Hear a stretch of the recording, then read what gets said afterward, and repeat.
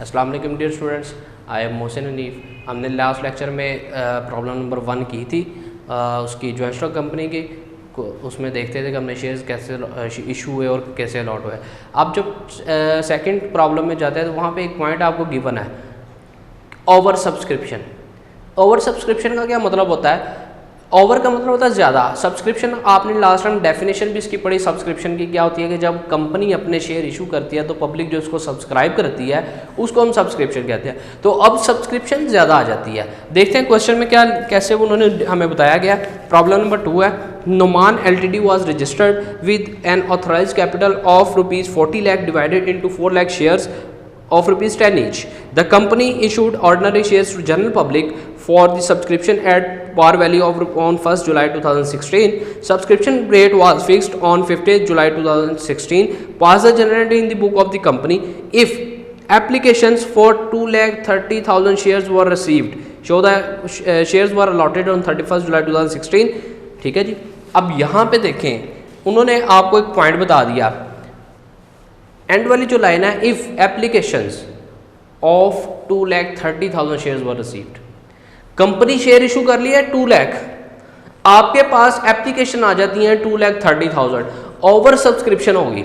Over subscription का क्या मतलब है कि आपके पास जितनी आपने एप्लीकेशन या जितने आपने शेयर इशू किए थे उनसे ज़्यादा एप्लीकेशंस आ गई हैं। तो क्या होता है कि उन्होंने एंड वाली लाइन पे ये भी बताया कि जो एप्लीकेशंस होंगी वो रिफंड कर दी जाएंगी, जो एक्स्ट्रा एप्लीकेशन होंगी या ओवर एप्लीकेशंस होंगी वो क्या कर देंगे हम रिफंड कर देंगे। तो एंट्रीज की तरफ देखते हैं। सबसे पहले आपने एंट्री जो है वो करनी होती है एप्लीकेशन रिसीव करने की। आपके पास 1 जुलाई का जब आपकी सब्सक्रिप्शन हुई तो एप्लीकेशन आपके पास आई हैं 2,30,000। आपने एंड वाली लाइन देखी, उन्होंने कहा कि अगर कंडीशन रख दी है इफ़ अगर एप्लीकेशन 2,30,000 शेयर्स वर रिसीव्ड, तो एंट्री क्या होती है एप्लीकेशन रिसीव करने की? Bank account ordinary shares application account. Bank में एप्लीकेशन आती है तो बैंक के अकाउंट में इजाफा हो जाता है, और जिस चीज़ में इजाफा हो जाए, जिस चीज़ में एडिशन हो जाता है उसको हम डेबिट कर देते हैं। तो 2,30,000 आपके पास एप्लीकेशन आई थी, 10 रुपीज़ की एक एप्लीकेशन थी, तो आपके पास टोटल एप्लीकेशन की अमाउंट आई है 23 लाख। ठीक है। अब क्या है, सेकंड जब जाते हैं कि हमने जब शेयर्स अलॉट करने होते हैं, शेयर अलॉट करने के लिए हमने ये उतने शेयर अलॉट करने थे जितने हमने एप्लीकेशन हमें रिक्वायर जितने हमने इशू किए होंगे।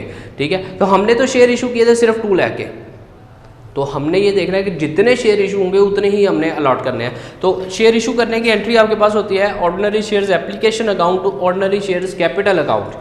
शेयर कैपिटल में कमी आ जाती है और शेयर एप्लीकेशन की वजह से कमी होती है तो उसको हम डेबिट कर देते हैं। तो आपने कितने शेयर इशू किए थे? 2 लाख, और एक शेयर की वैल्यू थी 10 रुपीज़। तो आपके पास टोटल कितना शेयर कैपिटल हुआ? 20 लाख। ठीक है जी। 2 लाख अगर 10 से मल्टीप्लाई करें तो 20 लाख आ जाता है। अब नंबर 3 लास्ट में उन्होंने ये बताया हुआ था कि जो आपके पास एक्स्ट्रा एप्लीकेशंस आई हैं यानी ओवर सब्सक्रिप्शन नहीं, वो आपने क्या कर देनी है? एप्लीकेशन रिफंड कर देनी है। तो हमने रिफंड करने के लिए एंट्री करते हैं ordinary shares application account to bank account, यानी अब बैंक से दोबारा हम उन एप्लीकेशंस के अमाउंट जो वापस कर देंगे जो एप्लीकेंट्स आए होंगे हमारे पास। तो कितनी एप्लीकेशंस आपके पास आई एक्स्ट्रा? 2 लाख शेयर इशू किए थे आपने, 2,30,000 की एप्लीकेशन आ गई, तो आपके पास 30,000 एक्स्ट्रा एप्लीकेशन आई हुई थी। तो 30,000 को 10 रुपीज़ से जितने रुपये से आपने एप्लीकेशन रिसीव की थी उतने से ही रिफंड करनी है। तो आपने उसको रिफंड किया तो आपके पास 3 लाख जो आपके बैंक में कमी आ गई। बैलेंस शीट की तरफ आते हैं तो बैलेंस शीट में हम पहले हेडिंग लाइबिलिटी वाली साइड पर देखते थे। ऑथराइज कैपिटल था उनका 4 लाख शेयर थे और 10 रुपीज़ एक था, तो आपके पास 40 लाख उनका ऑथराइज कैपिटल आ गया। और इशूड और सब्सक्राइब्ड और पेड अप कैपिटल कितने हुए? 2 लाख, और एक शेयर की वैल्यू थी 10, तो ये आपके पास 20 लाख आ गया आपका। इसी तरह आपके बैंक बैलेंस में भी 20 लाख आएगा। अब बैंक बैलेंस में 20 लाख कैसे आएगा? यहाँ पे बैंक है 23 लाख का, और यहाँ पे आपका बैंक है 3 लाख का। ठीक है।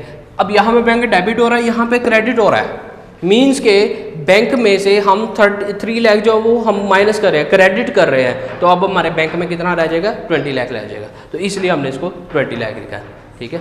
ये आपकी ओवर सब्सक्रिप्शन होती है। इसी तरह आपको अंडर सब्सक्रिप्शन में भी बताया होता है एक अंडर सब्सक्रिप्शन का मतलब ये होता है कि आपने एप्लीकेशन जितने शेयर इशू किए तो उससे भी कम एप्लीकेशन आई।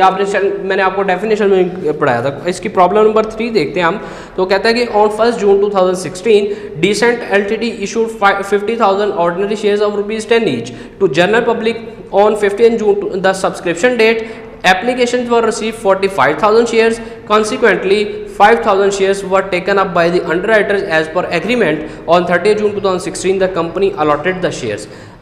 अब यहाँ पे एक चीज़ है, कंपनी ने 50,000 शेयर इशू किए, उसमें से 45,000 की सब्सक्रिप्शन आई है आपके पास, बाकी कितने कम आए 5,000। अब उन्होंने एक पॉइंट और ऐड कर दिया आप पे कि उन्होंने कहा कि जो 5,000 शेयर्स रिमेनिंग रह गए थे वो क्या हुआ, अंडर राइटर ने टेक कर लिए। अब अंडर राइटर कौन होता है, ये हमने डेफिनेशन में भी पढ़ा था कि वो पर्सन होते हैं जो कि कंपनी के साथ एग्रीमेंट कर लेते हैं और इस बात का रिस्क लेते हैं कि अगर पब्लिक जो हम जनरल पब्लिक को जो शेयर इशू कर रहे हैं, पब्लिक उनको नहीं खरीदती या उनको नहीं सब्सक्राइब करती तो वो कमीशन के ऊपर उनको शेयर को खरीद लेंगे। तो अब यहाँ पे भी यही सिचुएशन हुई है कि कंपनी ने 50,000 शेयर इशू किए थे, 45,000 की जनरल पब्लिक ने ले लिए। अब 5,000 जो नहीं लिए थे वो अंडर राइटर ने एग्रीमेंट किया तो वो अंडर राइटर के मुताबिक हमने शेयर ले। अच्छा, तो डियर स्टूडेंट्स, हम जो प्रॉब्लम नंबर 3 कर रहे थे तो उसमें मैंने आपको पढ़ाया था। अब देखते हैं प्रॉब्लम नंबर 3 में क्या था। मैंने आपको बताया कि 50,000 शेयर इशू हुए थे, 45,000 की जनरल पब्लिक ने सब्सक्रिप्शन ले ली और जो बाकी 5,000 शेयर्स थे वो अंडर राइटर ने कमीशन के ऊपर ले लिए। अब देखते हैं इसके ऊपर कौन सी एंट्रीज होंगी। तो सबसे पहले हमेशा की तरह हम पहले एंट्री करेंगे जो एप्लीकेशंस हमें रिसीव हुई हैं उसकी। तो एप्लीकेशंस आपको रिसीव हुई हैं 45,000 की, 45,000 की एप्लीकेशन थी और एक एप्लीकेशन आपने रिसीव किया ₹10 की। तो एप्लीकेशन रिसीव करने की आपके पास एंट्री होती है bank account to ordinary shares application account. तो आपके पास टोटल बैंक के अकाउंट में आ गया 4,50,000। इसी तरह सेकंड हमने एंट्री की है कि जो रिमेनिंग 5,000 शेयर्स रह गए थे वो जो आपने अंडर राइटर ने टेक कर लिए थे उसकी एंट्री करेंगे। तो अंडर राइटर ने जब टेक किए थे या अंडर राइटर शेयर्स ले ले या प्रमोटर्स ले लेते हैं या डायरेक्टर्स ले लेते हैं तो वो एप्लीकेशन नहीं हमें देंगे, हम उनको डायरेक्टली तौर पर शेयर कैपिटल में से शेयर जो वो इशू कर देंगे। तो एंट्री करते हैं हम bank account to share application account. तो हमारे अकाउंट में 50,000 शेयर्स की फिर इजाफा हो गया बैंक अकाउंट में, यानी जो 5,000 शेयर्स रह गए थे वो अंडर राइटर ने कमीशन पे ले लिया और हमने उनको भी शेयर जो 10 रुपये में इशू किया है तो आपके पास 50,000 शेयर आ गए। अब उसके बाद हमने क्या करना है कि जो आपने शेयर एप्लीकेशन रिसीव की थी उन एप्लीकेशन के बदले आपने शेयर्स भी तो अलॉट करने हैं। तो शेयर जब अलॉट करेंगे तो शेयर अलॉट करने की एंट्री आपके पास ये होती है ordinary shares application account to ordinary shares capital account. तो आपने कितने शेयर इशू किए अलॉट किए हैं, जितनी आपके पास एप्लीकेशन आई हैं 45,000 की, तो 45,000 की शेयर इशू अलॉट किया तो आपके पास 4,50,000 आ जाता है। अब आते हैं हम इसकी बैलेंस शीट की तरफ। बैलेंस शीट में अब इनको हमें ऑथराइज कैपिटल नहीं गिवन तो नहीं लिखते। उसके बाद इशूड कितने की है, अब इसको मैं आपको दोबारा अलग से हेडिंग बनाई है कि इशूड कितने हुए। आपके पास टोटल 50,000 शेयर इशू हुए हैं और एक शेयर की वैल्यू थी 10, तो आपके पास टोटल शेयर की वैल्यू कितनी आती है 5 लाख। अब उसमें से पेड अप और सब्सक्राइब कितने हुए, सब्सक्राइब जो जनरल पब्लिक ने किए हैं सब्सक्राइब हुए आपके पास 45,000 शेयर से ₹10 ईच, तो आपके पास 4,50,000 के आ गए। इसी तरह बाकी जो रिमेनिंग थे वो अंडर राइटर ने ली, उसकी मैंने आपको लेटर सेटिंग बताई है कि 5,000 shares were taken by under writer, तो 50,000 आ गए। ये आपके पास आ गया, टोटल आपका बैलेंस आ गया 5 लाख। इसी तरह जब हम बैलेंस में एसेट वाली साइड पे जाएंगे तो करंट एसेट की हम हेडिंग देते हैं। करंट एसेट में हम देखेंगे बैंक बैलेंस। अब बैंक बैलेंस आपके पास कितना आएगा ये देखें जी, 4,50,000 का ये बैंक बैलेंस है और 50,000 का ये बैंक बैलेंस है, तो टोटल आपके पास बैंक बैलेंस आ गया 5 लाख का। तो यहां पे हम 5 लाख लिख लेते हैं।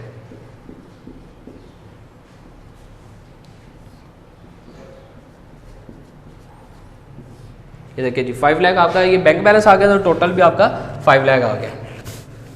ठीक है जी, ये प्रॉब्लम आपकी अंडर इसमें 2 पॉइंट्स आपके बताए, एक तो अंडर राइटर ने शेयर टेक कर लिया है और दूसरा आपका ये अंडर सब्सक्रिप्शन हुई है। अंडर सब्सक्रिप्शन का मैं दोबारा बता देता हूँ आपको कि ओवर सब्सक्रिप्शन से बिल्कुल ऑपोजिट है कि ओवर सब्सक्रिप्शन में क्या होता है कि हम एप्लीकेशन जो ज़्यादा आ जाती है और अंडर सब्सक्रिप्शन में क्या होता है कि जो हमने शेयर इशू किए हैं उससे भी कम एप्लीकेशन आती हैं, तो वो अंडर राइटर की some time underwriter under subscription को ले लेते हैं, सम टाइम वैसे ही वो अंडर सब्सक्रिप्शन आती है। तो दोनों का पॉइंट ऑफ व्यू ये है, अगर अंडर राइटर नई शेयर खरीदते हैं और अंडर एप्लीकेशन आ जाती है, अंडर सब्सक्रिप्शन हो जाती है, तो फिर हम ये एंट्री को स्किप कर देंगे। बाकी आपकी ये दोनों एंट्रीज रहेंगी और ये वाली एंट्री जो है स्किप हो जाएगी और इधर से बैलेंस शीट में से ये वाली जो हेडिंग है वो स्किप हो जाएगी। ठीक है जी, तो इसको आप लाजमी देखिएगा और इसको प्रैक्टिस लाजमी कीजिएगा ताकि ये आपके आगे जो क्वेश्चन आएंगे उसके लिए भी आपको ये हेल्प आउट हो सकता है। अल्लाह हाफिज़।